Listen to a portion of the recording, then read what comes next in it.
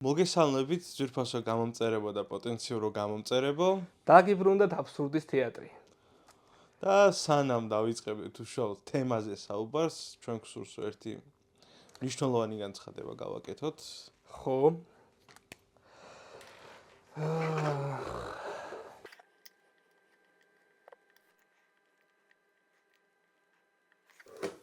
კალიგრაფიის გამო. ნუ გამაკრიტიკებთ. თორე შინაარს. ხო, შინაარს უნდა შევიდეთ. კი ბატონო. ვიღაცებისგან განსხვავებით. ხო, ვაკანსია გვაქვს სპონსორზე. კი ბატონო. მსურველები დაგვიკავშირდით, CV ჩაგვიგდეთ მეილზე. თუ გინდა CV-ც ჩააგდოთ, უბრალოდ პირდაპირ ანგარიშის ნომერი გთხოვეთ და რეკვიზიტებს გამოგიგზავნოთ. უი, ხო, ანუ ანგარიშის ნომერზე უნდა ჩააგდოთ CV რა. ხო. დანიშნულებაში უნდა მიუწეროთ. კი ბატონო. აი, გადავიდეთ ჩვენ თემაზე ჩვენ ბევრი ვიფიქრეთ ხოთიშორის რაზე ჩაგვეწერა და რითი დაბრუნებული ყავით მაყურებელთან. ხო და ყველაზე საინტერესო ეგ არის რომ თემა არ აგვაქვს. ხო, ანუ ეს იმპროვიზირებულად შემოვედით. ხო. რთული და ესეთი დატვირთული დღე გქონდა, ეხლა ჩვენ 4-5 წუთია რომ ამას ვიწერთ, ღამის 4-5 წუთი. ჯერ აღნიშნავთ იმას, რომ და ალბათ თქვენ შეამჩნევთ რომ გვაქვს ახალი thumbnail-ი, ახალი ბანერი, რაც გინდათ დაარქვით. კი ბატონო და ამას დაჭირდა რამდენიმე საათი და უღალავი შრომა ბატონი ნიკოლოზის.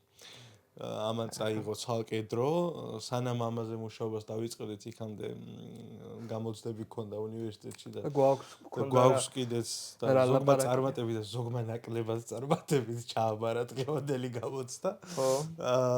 ხო და შესაბამისად აი ძალიან ესეთ ფორს-მაჟორულ სიტუაციაში ვიყავით და ახალ ვართ და ბევრი ვიფიქრეთ თემაზე, ბოლოს გადავწყვიტეთ, რომ აი ესე შემოსულიყავით იმპროვიზირებულად და მიმოგვეხილა ყველაფერი, რაც ესე გაგვახსენდება და რაც მოხდა ამ დროის მანძილზე. ხო და მოდი პირველი იმით დავიწყოთ, რაც არის ყველაზე მნიშვნელოვანი და სოლიდარობა გამოვუცხადოთ რეჟიმის პატიმრებს.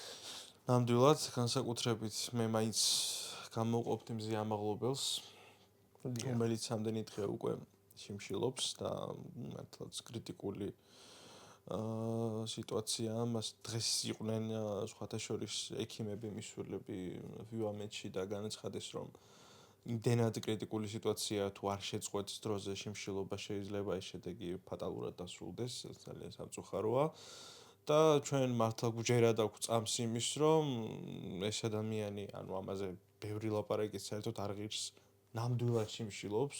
კი. ვიღაცებისგან განსხვავებით, ვინც თავის დროზე შიმშილობდნენ, ეს არ არის დადგმული სპექტაკლი, მეგობრებო, ეს არის აბსურდის თეატრი.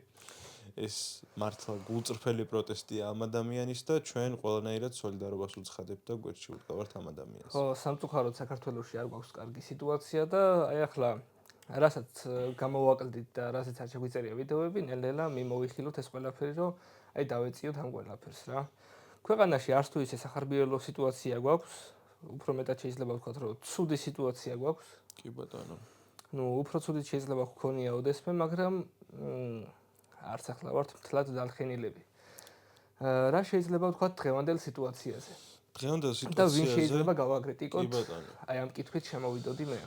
დღევანდელ სიტუაციაზე რაც შეიძლება ითქვას ის არის ის, რომ აბსურდის თეატრი არ შეგვიწერია მგონი, რა ვიცი, ერთი თვეა, თვეზე მეტიც შეიძლება იყოს და ამ ხნის მანძილზე დღემდე ისევ მიმდინარეობს საპროტესტო აქციები, უკვე 70 დღეა მე მგონი თუ მოკლედ თვეზე მეტია. რაც რაღაც მომენტში კარგია. კი, მაგრამ ამ ყველაფერსაც აქვს თავისი ესე ვთქვათ, როგორ ვთქვათ, უარყოფით ვერ ვიტყვი, ანუ მინდა რომ სწორი სიტყვა შეურჩიო. უკუჩვენებები. ხო, ანუ აი უკუჩვენებები აქვს რაღაც. ისე ვერ მიდის რაღაცები, როგორც შეიძლება რომ მიდიოდეს. ანუ მუხტი კარგია, მაგრამ რატომღაც არ არის შედეგი. და აი მოდი ახლა გაგრას შევეხოთ იმას, რატო არ აქვს შედეგი და რა შედეგი გვინდა რომ გქონდეს. მე ვერც იმას ვიტყოდი რომ მუხტი კარგია, იმიტომ რომ მუხტი კარგი ჩემი აზრით იყო პირველი რამდენიმე კვირის მანძილზე, როდესაც 10,000-ობით ადამიანი იდგა ქუჩაში. მუხტი კარგი ვერნერ შემთხვევაში ვერ იქნება, უბრალოდ არაბუნებრივი იქნება, ახლა იყოს რაღაც სასწაული მუხტი, იმიტომ რომ ხალხიც დაიღალა და ეს პროტესტიც უკვე არის 7-დან ღამის განმავლობაში და მე ხალხი სამსახურში მიდის ისევ რაღაც, ანუ ბოლომდე ვერ მოწყდებიან ცხოვრებას რა.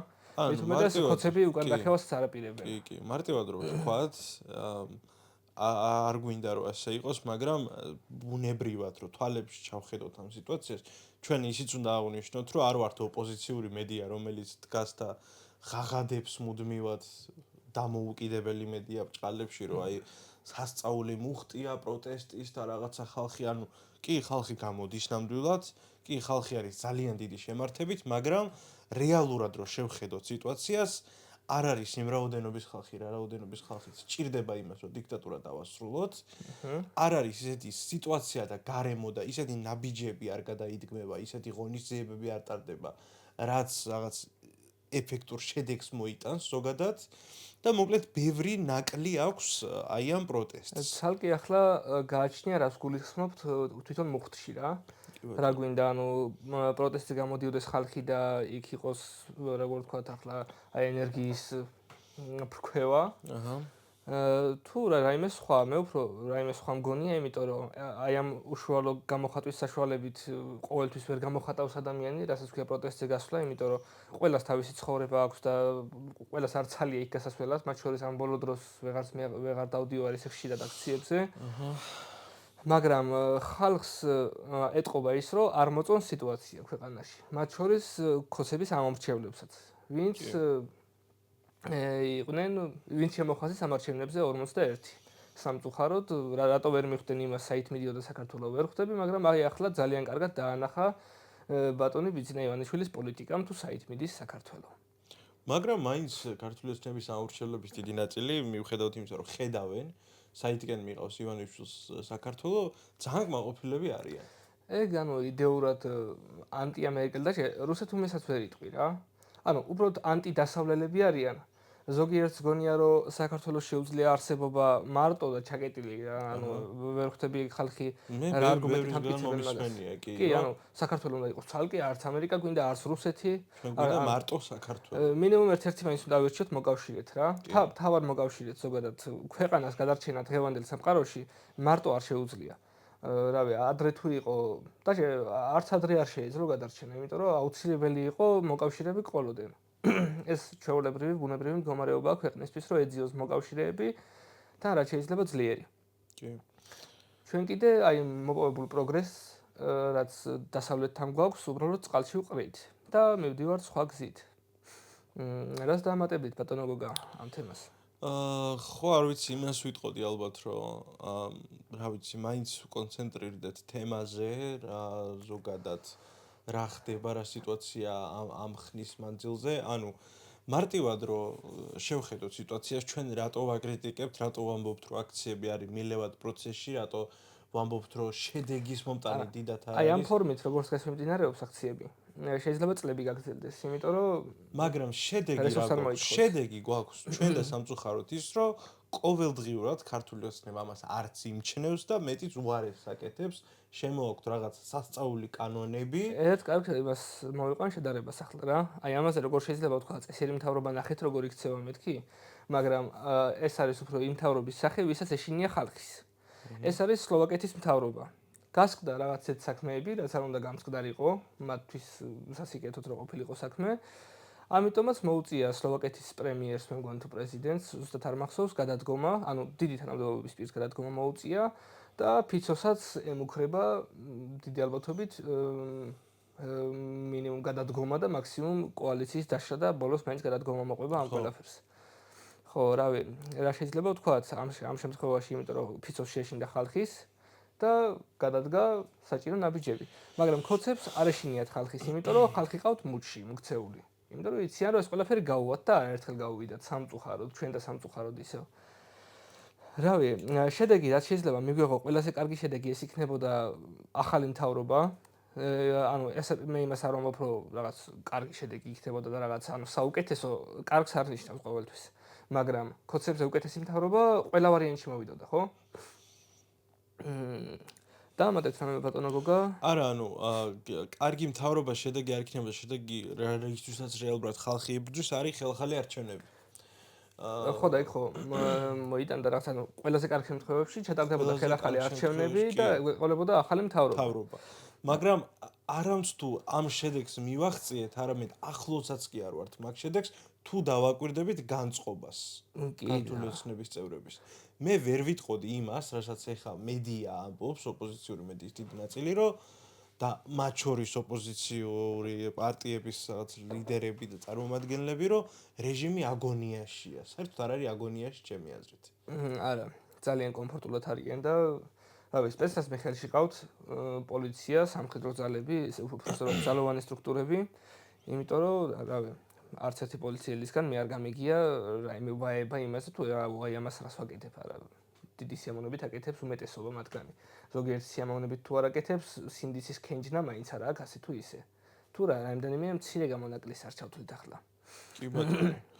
არა, ანუ შედეგის მისაღწევად არის სხვა ნაბიჯები გადასადგმელი. აი, მოდი განვიხილოთ ახლა ჩვენ, აი ცნობილი წიგნი, მარიარესას ცნობილი წიგნი არის, ესეთი როგორ დავამარცხოთ დიქტატორი და ეს წიგნი სხვა შორის ცნობილი გახდა მაშინ, როდესაც წეღან ნახსენებმა მზია მაღლობელმა თავის სასამართლო პროცესზე ხელში დაიკავა ეს წიგნი და ამის შემდეგ გახდა პოპულარული. აი, ამ წიგნის სათაურს გავყვეთ რაღაცნაირად და ვიმსჯელოთ იმაზე, როგორ დავამარცხოთ დიქტატორი ზოგადად. პირველ რიგში ახლა ვიჯა. ვიღაცა ფილიპინელის წიგნი მოგა. საქართველოა ძმაო, ეს ჩვენ არ გვჭირდება ვიღაცა. ჩვენ დიადი გონებიც გვეყოფა. ხო, მაგრამ მაინც როგორ უნდა დავამთავროთ დიქტატურა. ხო, ანუ მარტივი რაღაცა რეცეპტივით შევქმნათ რა ამ ეპიზოდში. პირველ რიგში უნდა ავიღოთ ეს ის და გამოვიდა. ჯანსაღი ოპოზიცია უნდა ავიღოთ. ხო, ჯანსაღი არა, ჭკვიანი ოპოზიცია. ხო. ოპოზიცია გონებასთან ახლოს არის, რა? რა ხდება ოპოზიციაში? ოპოზიციაში ხდება სრული განუკითხაობა. სალომე ზურაბიშვილი, რომელიც თავს დღემდე აცხადებს პრეზიდენტად, გამოვა 1000-ში ერთხელ და ორ სიტყვას იტყვის, არაფერს არ ეკეთებს. შალვა თელაშვილი ჯოვილსონს შეხვდა.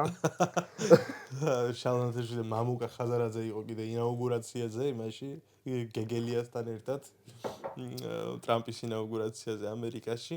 არა, სერიოზულად რო ვთქვათ, ოპოზიცია არაფერს არ ეკეთებს აბსოლუტურად რა. აი, საერთოდ არაფერს არ ეკეთებს. სხედან გამოკეტილები არიან თავიანთ პარტიულ ტელევიზიებში ეს ადამიანები და საუბრობენ რაღაცა საწყეგრძელოებს. და ერთმანეთს აბრალებენ, ანუ ერთმანეთს უფრო მეცლანძღავენ ვიდრე ქოცებს. კი, და ერთმანეთს რაღაც მომენტში ჩვენთვის კარგი რატო აიცი, ჩვენ ვერ დაგვაბრალებენ მაგ თემაში ქოცობას რა. კი, თვითონვე ლანძღავენ ერთმანეთს რა. დაიწყეს უკვე გაჩნდა ტენდენცია, რომ დაიწყეს კრიტიკა ერთმანეთის. მაგრამ ეს ამას ხარისხენადაც ვერ აკეთებენ, რომ ერთმანეთს აკრიტიკებენ, ხვდები? თვითონვე ებრძვიან სხვა ოპოზიციურ პარტიებს, რომ ნუ აკრიტიკებთ ხალხს, რომ ეხა ოპოზიციის კრიტიკის დრო არ არის და რაღაცა დებატების დრო არ არის, განხილვების დრო არ არის, იმის დრო არ არის, ამის დრო არის და მე თვითონვე ყბენენ ერთმანეთს ეთერებში, რომ თურმე ეს არა ქვია, ინგა გრიგოლიასთან ეთერში 4 ოპოზიციური პარტიის თითო კაცი რომ მოსულიყო, ეგ ვერ დაორგანიზდა, იმიტომ რომ ვიღაცასთან არ დაჯდება, ის იმასთან არ დაჯდება და ესენი აპირებდნენ, რომ შეექმნათ კოალიცია და მოსულიყვნენ მთავრობაში. და წარმოიდგინე მაგათგან შემდგარი მთავრობა რა იქნებოდა, ანუ მაგათი კოალიცია დაიშლებოდა ეგრევე და ეს რაღაც მომენტში ხანდახან მიხარია რომ არჩევნებში ხოცებმა გაიმარჯვეს, იმიტომ რომ ნახე ამას აუხსნდა არ გადამიაროთ ახლა. რომ მოეგო აი ამ კოალიციას. შეიძლება არსებობს ამის დიდი ალბათობა, რომ ერთმანეთი დაეჭამათ და როდესაც კოალიცია მე ერთმანეთს ჭამს და ძიძგნის, იშლება. ვეღარ უძლებს კოალიციამ ყველაფერს. კოალიცია დაიშლება, იწყება ახალი არჩევნები, ხო? და ყველა ძლიერი ძალა ვინ რჩებოდა ისევ, რა თქმა უნდა, ქართული ოცნება. ანუ მე ისინი იტყოდნენ, რომ ხედავთ ხალხო, მიეცით შანსი, ვერაფერი ვერ გააკეთეს. წოდით ჩემთან. კი ბატონო, და ანუ ოპოზიციის, კოალიციური მთავრობის მთავარი ხიბლი არის იმაში, რომ არიან განსხვავებული პარტიების შიგნით, განსხვავებული გემოვნების, იდეოლოგიის მატარებლები, ვიღაცას ის უნდა, ვიღაცას ის უნდა, ანუ ყველა თავის ინტერესს ემსახურება პარტიულ ინტერესს და ყველას თავისი გეგმა და ხედვა შეიძლება კონდეს რა იქნება ქვეყნისთვის უკეთესი. და როდესაც ეს კოალიციური მთავრობა ზის და ერთმანეთში დებატობს და განიხილავს, აი რომელი რეფორმა უფრო უკეთესია, ეგ ქმნის ჯანსაღ პროცესს რეალურად. ხო, ეგ არის ხიბლი მთელი ეს კოალიციური მთავრობების და კოალიციური სისტემის ზოგადად ქვეყანაში. რომ ერთი პარტიის, ერთი ადამიანის, ერთი ბელადის იდეა, ესე რომ ვთქვათ, და რაღაცა ხუშტური ბჭყალებში არ გადის და რაღაცა კანონის სახეს არ იღებს რა და რეალურად ჩვენ ეგ გვინდოდა, ეგ ვთქვით წეგან რომ მაგიტო შეიძლებოდა რომ მოსულიყო უკეთესი ხელისუფლება ქართულ ოცნებაზე. მაგრამ დღევანდელ ოპოზიციას რო უყურებთ რაღაც მომენტში არის ისიც რომ შეიძლება რავი, აი ეხლა აგერ თებერვლისთვია და ოქტომბერში ამათ რომ მოიგოთ, ეხლა შეიძლება დღე-დღეზე ადამიანელ არჩევნებს ველოდებოდეთ, იმიტომ რომ ჩამოეშალათ კოალიცია რა. რას ვიზამთ. იმიტომ რომ მართლა ეთერებში ვერ მოაბეს თავი, რომ 4 კაცი დამჯდარიყო, 4 ადამიანი დამჯდარიყო და ესაუბრათ იმაზე, რა ქვია, სამომავლო გეგმებზე და როგორ ამარცხებენ ზოგადად რეჟიმს. აი ახლა ძალიან კარგი რაღაცა მომაფიქრდა რა. მოდი პარტიული შიდა დემოკრატიაზე ვისაუბროთ ცოტა. ეს პარტიული შიდა დემოკრატია არ არის ხელსამოსაკრავი რაღაცა და ქვეყნისთვის ერთ-ერთი მნიშვნელოვანი რაღაცაა. შეიძლება ქვეყანა იყოს დემოკრატიული და დემოკრატიული ბევრნაირ ქვეყანას ქვია. დემოკრატია არის ხალხი რო არჩევნებზე მიდის. ანუ მინიმალური სტანდარტი ეს არის რა. საბჭოთა კავშირიც შეიძლება დემოკრატიად ჩავთვალოთ, იმიტომ რომ არჩევნებზე ხალხი დადიოდა. მაგრამ ამის შემდეგ 99% დადიოდა. ხო, სხვა კი. ხო და ამავდროულად ხო ვერ ჩავთვლით კარგ ქვეყნად საბჭოთა კავშირს. ზოგი თვლის, მაგრამ პირადად მე არ მომწონს, ხო? და დემოკრატიას აქვს თავისი ხარისხები, თავისი სხვადასხვა სისტემები, ზედაპირულად ამ არხზე გვაქვს განხილული დემოკრატიის სხვადასხვა ტიპები, მაგრამ ეს უფრო ისტორიული კონტექსტისაა, ვიდრე დღევანდელ სამყაროზე მორგებული. მაგრამ არ არის გამორიცხული, რომ ამაზეც ჩავწეროთ ვიდეო. თუ თქვენი მოთხოვნა იქნება, რა თქმა უნდა, დაწერეთ კომენტარებში. ხო, და რა უნდა მეთქვა ახლა? პარტიული შიდა დემოკრატია პირველ რიგში რა არის პარტიული შიდა დემოკრატია? პარტიული შიდა დემოკრატია არის, აი ასეთი რაღაცა, როდესაც სტრუქტურაში არ არის ერთი ლიდერი. ან არის ლიდერი, ოღონდაც ეს ლიდერი არ არის ბელადი. ხო? ანუ ბევრი მცდელობა გქონდა, აი ამის კარგი მცდელობა იყო, რა ქვია მაგას, რესპუბლიკური პარტია, სადაც მართლა ჰქონდათ პარტიული დემოკრატია და ერთი გამოკვეთილი ლიდერი არ ყავდათ. ხო, ქართულ რესპუბლიკურ პარტიაზე ვამბობთ. ხო, იქ არ წახვიდეთ ამერიკაში. ჩვენს ყავდა, რავი, ახლა აღარ ფუნქციონირებს ეგ პარტია. შემდეგ გირჩებს ჰქონდათ ძალიან კარგი მცდელობა მაგის, მაგრამ ეგ მაინც არ არის შიდა დემოკრატია, ეგ უფრო შიდა მერიტოკრატიაა. ანუ ვისაც მეტი ფული აქვს დახარჯული გირჩში, იმას მეტი ხმის უფლება. დაახლოებით ფულის დახარჯვის თემაში არა, მაგრამ პარტიული შიდა დემოკრატიის მოწყობას ცდილობდა ჩერგოლეიშვილის ევროპული საქართველოს ხანდელი არა. სანამ ჩერგო და ბოკერია იყვნენ პარტიაში. მაგრამ ჩავარდა ეგ ყველაფერი. ხო, გიგი წერეთლის მამის პარტიაზე. გადაიქცა ისევ, რაც ჩერგო და გიგა წამოვიდნენ იქიდან და კიდე სხვები. ხო და მოკლედ, ხო, პარტიული შიდა დემოკრატია. აი ასეც საინტერესო ამბავს ვიტყვი კიდე, აი ამ ცოტა ხნის წინ მქონდა ბედნიერება იმისა, რომ შევხვედროდი რამდენიმე პოლიტიკური პარტიის ლიდერს. ცოტა ხანში კიდე რამდენიმესთან მექნება შეხვედრა და ანუ ამ კითხვას ხშირად ვსვავ რა, პარტიული შიდა დემოკრატიაზე რას აპირებთ მაგაზე და აი ასეთი პასუხი მომდის ყველასგან, საერთოდ ყველასგან. იცით რა, ჩვენ გვაქვს ეგ რაღაც. რაც არის ზუსტად რა. ხო, ანუ უნდა გქონდეს მე მგონი რა. სადღაც ტაროზე. აი სხვენში რაღაც ყუთი იდევს და იმ ყუთში ძირში იდევს, აი დაახლოებით ეგეთი. გვიგდია სადღაც. ხო, ანუ აქვთ ყველა ამბობს იმას, რომ ჩვენ გვაქვს პარტიული შიდა დემოკრატია, მაგრამ სხვა პარტიებს არ აქვთ. მაგრამ ხო შეიძლება ერთმა თქვას, რომ ჩვენ გვაქვს და მეორე მითქოს არა მაქვს და ანუ ამას არ ვმალაო, იმიტომ რომ შეიძლება პარტია არ იყოს შიდა დემოკრატიული, მაგრამ წარმატებული იყოს ამავდროულად. ნაციონალური პარტია თავის დროზე მაგალითად ქართული ერთიანი ნაციონალური მოძრაობა. მაგრამ დემოკრატიის ხარისხი სხვა რამეს შვება. დემოკრატიის ხარისხი კეთილდღეობას ზრდის უშუალოდ ხალხში და მის ამომრჩეველში. ანუ უშუალოდ ემსახურება. ახლა თვითონ ამომრჩევლის ჩართულობაზე ისაუბრეთ ბატონო გოგა. მე ვიცი რომ თქვენ ამომრჩევლის ჩართულობა პარტიული შიდა დემოკრატიის ნაწილში. კი ბატონო, ამომრჩევლის პლატფორმული პოლიტიკა და ეგ თემები. ხო, ანუ ამომრჩევლის ჩართულობას აქვს ძალიან დიდი მნიშვნელობა რეალურად პოლიტიკურ პარტიებთან მიმართებაში. ამომრჩეველი მარტო ჩართული არ უნდა იყოს იმაში, რომ ანუ სიტყვაზე ნაციონალური მოძრაობის ამომრჩეველი არ უნდა გულისხმობდეს იმას, რომ ვა მე ნაცები მომწონს, რაღაცა მიშა მომწონს, იქ ხაბეიშვილი მომწონს, ბუკუჩა, ხაბეიშვილი როგორ უნდა მოგწონდეს არ მესმის საერთოდ, მაგრამ არ ვიცი, ან ლიდერად როგორ უნდა აღიქვამდეს საერთოდ, მაგრამ კაი, ნუ გემონება ეგეთი ვიზუალზე გადაობა, ვიზუალზე არ მიყვარს. მაქსიმუმ დინარაძეზე ახლა. არა, ვიზუალზე არც მიყვარს მაგას. აბა ზოგადად ანუ ლიდერის მონაცემები ერთი მაგას აქვს ლიდერის მონაცემები, მეორე მელიას კიდე იქ. ბუნებრივი ლიდერი, ხო, ანუ გვარამია თქვა, ხოშტარი ადამიანია ბუნებრივი ლიდერი.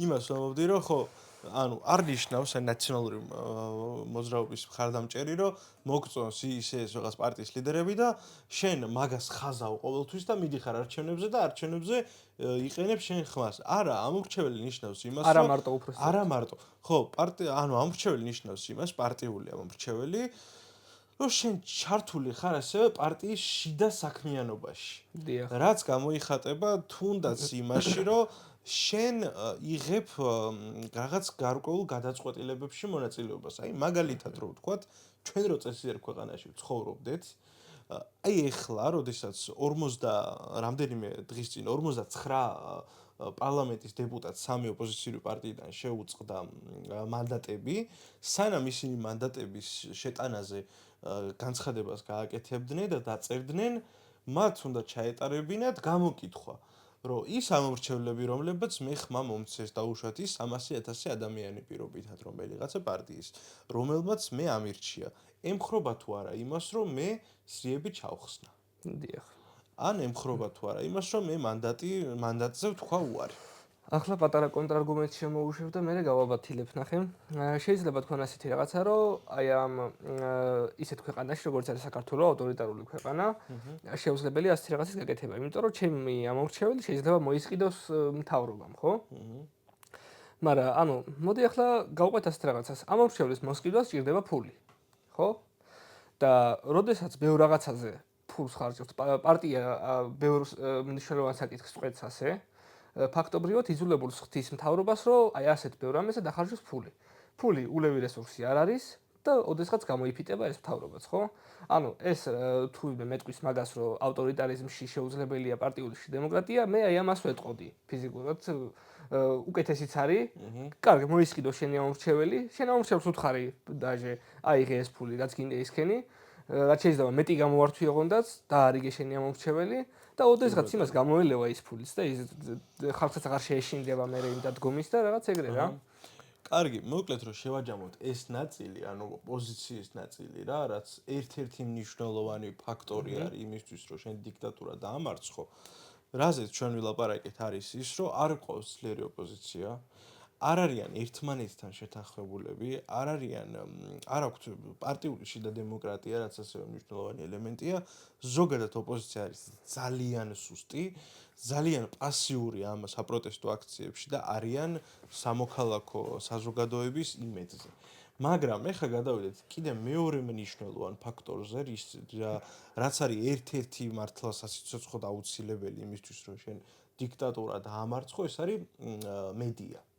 რა ხდება მედიაში ახლა? მოდი ესეც ამასაც ორი სიტყვით შევეხოთ.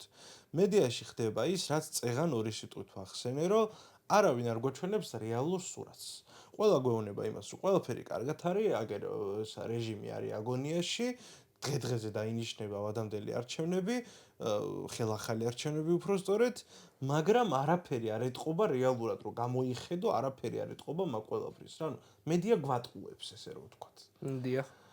რაღაც მომენტში არ გატყუებს, აზვიადებს უბრალოდ თან ზედმეტად აზვიადებს თემას რა. რაც უკვე რეპუტაციას უკარგავს ხალხში. ერთ-ერთ თქვი არ გამოდგა, მეორე თქვი არ გამოდგა, მესამე თქვი არ გამოდგა, აღარ დაგიჯერებსიო, გავქოცდი. ესეთი ქოცებისკენ არიან თუ ჩვენკენ, ვეღარ მივხვდი უკვე მაგას. შენ რო ანუ ნორმალური მედია იყო, უნდა გამოდიოდე და პირიქით ყვებოდე იმას, რომ ხალხო აგერ 70-ე დღე არის აქციის. გამოვიდა 1000 კაცი მარტო რუსთაველზე. ძლივს გადაკეტეს გზა. შეეძლოთ რომ ტროტუარზეც მდგარიყვნენ, მაგრამ გადაკეტვა უნდათ და ძლივს გადაკეტეს. ხალხი არ გამოდის. ოპოზიცია არ აქტიურობს. ოპოზიცია არ გვეხმარება იმაში, რომ არ ეხმარება სამოქალაქო საზოგადოებას იმაში, რომ რაღაცა პროცესები გადაიზარდოს უფრო ცოტა ესე ფართომასშტაბიან აქციებში და ასე შემდეგ. არ არის რეალური ქმედითი ნაბიჯები იმას, რომ გზა გადავკეტეთ, მოყვა ის, რომ ასეულობით ადამიანი ციხეში ზის დღემდე და მაგათ 5000 ლარებს იხდიან სხვადასხვა ფონდები ან თვითონ ინდივიდუალურად იხდიან და მოკლედ არ არის კარგი სიტუაცია. მედია უნდა ლაპარაკობდეს ამას. შენ ადამიანს შეაჩერა უკვე დაფინანსებები და მაგ ჯარიმების გადახდა გაპრობლემდება ცოტა ხანში. კი ბატონო, შენ ამას რო უყვებოდე ხალხს რა, ხალხი დაფიქრდებოდა რა, რომ ვა, ესე იგი ესე ცუდად არის სიტუაცია. მაშინ რავი, უნდა გავიდე მეც აქციაზე გამოვნახოთ, რომ ეხა ხალხი უყურებს. ძალიან ბედნიერები არიან, რეჟიმი მარცხ ხდება, რა კარგია და აი რავი, რეჟიმი მარცხ ხდება, ჩემ გარეშეც დამარცხ ხდება, მაშინ ესე კარგად თუა სიტუაცია, მე არ გავალ აქციაზე.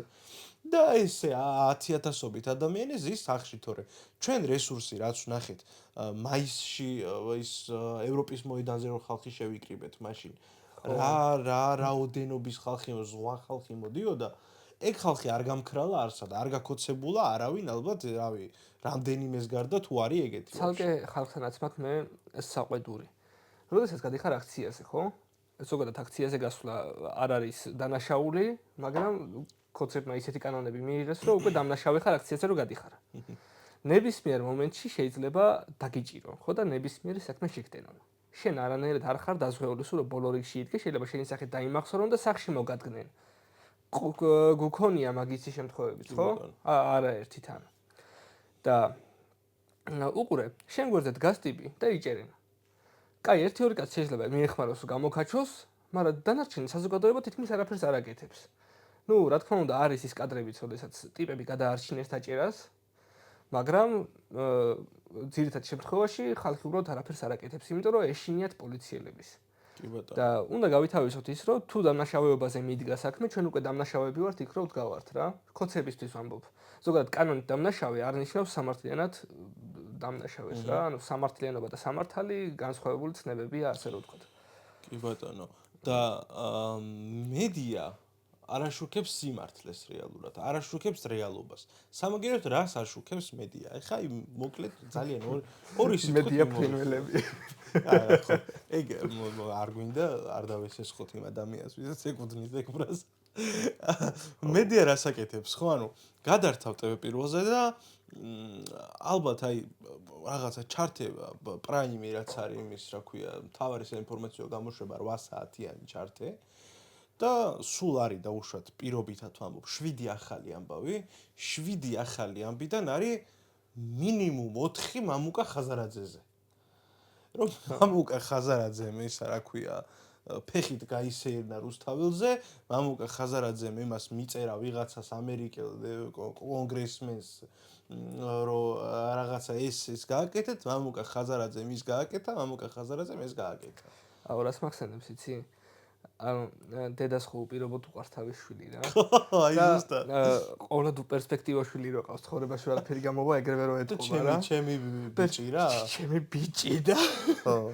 ჩემა ბიჭმა დღეს რავი ნახეთ რა ჭამა და რა გააკეთა ნა. დღეს იმას არა უკვე ესე დაიწყებენ ცოტა ხანში. ეს პირველი წამყვანები რომ დღეს ჯო ვილსონს მივწერეთ წერილი დედებმა რო იციან ხო იცი? მივწერეთ. სუდად ვართ. ეგრე მივწერეთ წერილი რაღაცა რა. ხო ანუ აი ამ სასწაულ სიტუაციაში არიან. მოიწევენ ვიღაც ხალხს რომლებსაც ასაღებენ სამოქალაქო საზოგადოებას. ვიღაც ბოდიშია ტოპტვინები მოყავთ. არა, ტოპტვინები ხო მოყავთ. ტოპტვინები ხო მოყავთ, მაგრამ ცალკე იწევენ კიდე ხალხს, რა, მაგალითად დღევანდელი ჩვენი გადაცემის სტუმრები არიან საპროტესტო აქციის მონაწილე ახალგაზრდები. და მოიწევენ ამ ახალგაზრდებს და რო დაგუგლო ეს ახალგაზრდები აღმოაჩენ, რომ ერთი არის ლელოს ახალგაზრდულში, მეორე არის გუბაშ სანიკიძის შვილი, ნაცების ის რო არის. ანუ ობიექტური ტიპები ვიღაცები არ მიიღავთ. მე რა თუ იცი, ჩვენ გარდა ეს ინფორმაცია ვინ აღმოაჩინა? ვინ? კოცებმა.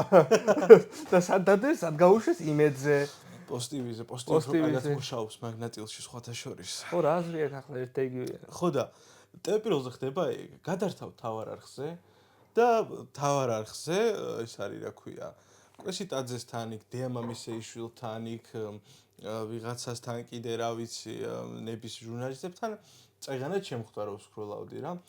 გადაცემა არის ეგ დღის სტუმარი რა, დღის სტუმარი ინტერვიუ ნიკა გვარამიასთან ერთად.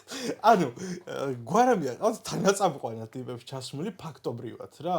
იმიტომ რომ ანალოგიურად საინფორმაციო გამოშვებებში რა ქვია, კოალიცია ცვლილებებისთვის გააკეთა ეს. აუ ეგ კაი გამახსენდა ახლა რა. და სად იკვეთება კოცებისა და დანარჩენი ოპოზიციის მსგავსება. მლიქნელობაში და მერე უცბად პირიქით ანტიმლიქნელობაში და დამონათებაში ასე რომ ვთქვათ. რა ერქვა მთავარი არქის დირექტორს თუ პრეზიდენტს აი ახლა რომ რაღაცები გააჩმახა? ზაზა ოქუაშვილის დანიშნული ოქუაშვილი იყო და არის დღემდე ეგ არ მახსოვს ეგ თემა კარგად თუ დამფუძნებელი და ფინანსებელი და მაგან დასვა თავისი დირექტორი გაბუნიასთან ერთად თავისი კადრი რა კვოტით ესე რომ ვთქვა.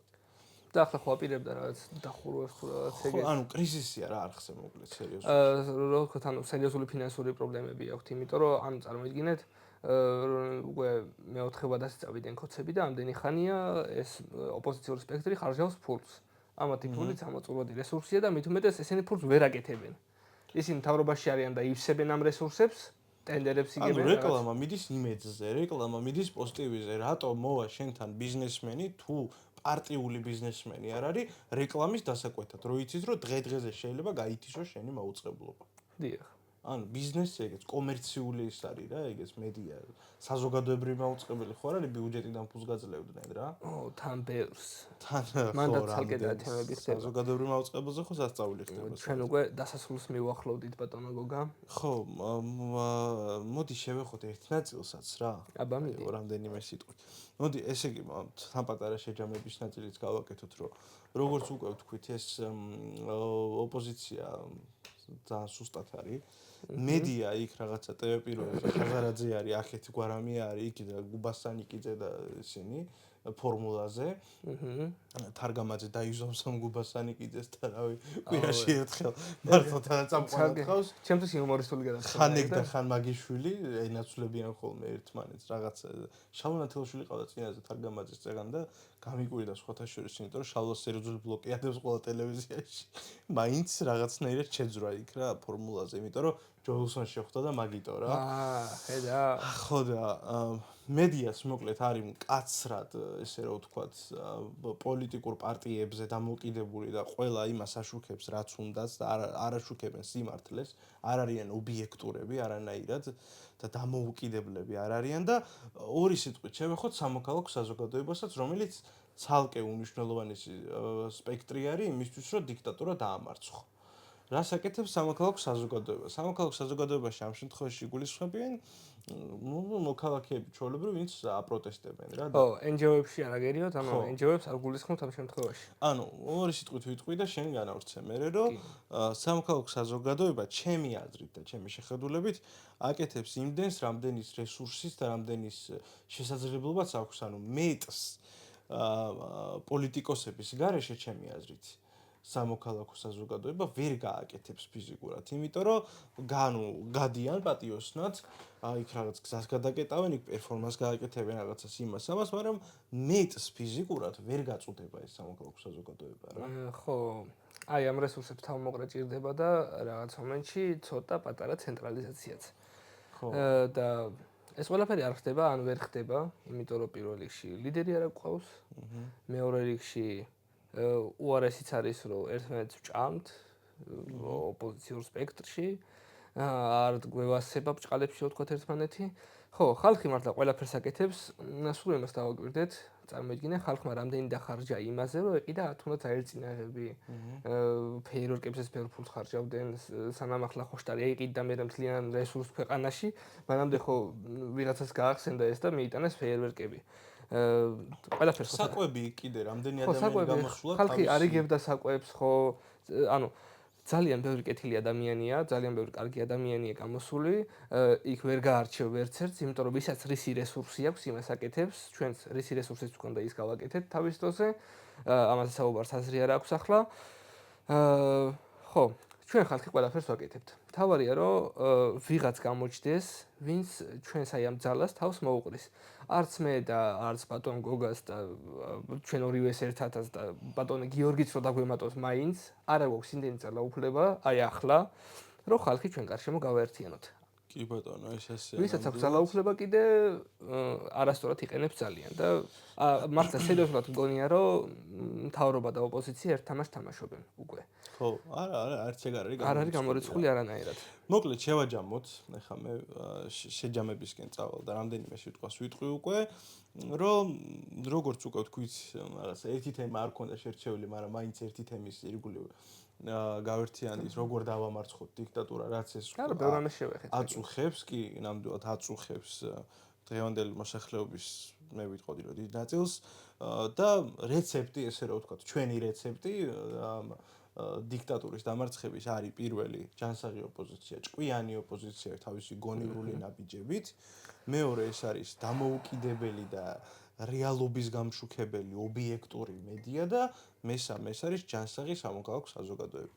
ამ სამიდან მეტნაკლებად თავის ფუნქცია მოვალეობებს ასრულებს მხოლოდ და მხოლოდ სამოქალაქო საზოგადოება და ჩემი პირადი აზრით მარტო სამოქალაქო საზოგადოების იმედად ვერ ვიქნებით და ვერ დავამარცხებთ ამ რეჟიმს. ამას ძალიან ბევრი რაღაცის შაშლა ჭირდება ამ თემებსაც ვისაუბრეთ ახლა, კიდე მედიას შევეხოთ, არსებობს მედიის ძალიან ბევრი განსხვავებული ტიპი, როგორ მუშაობს.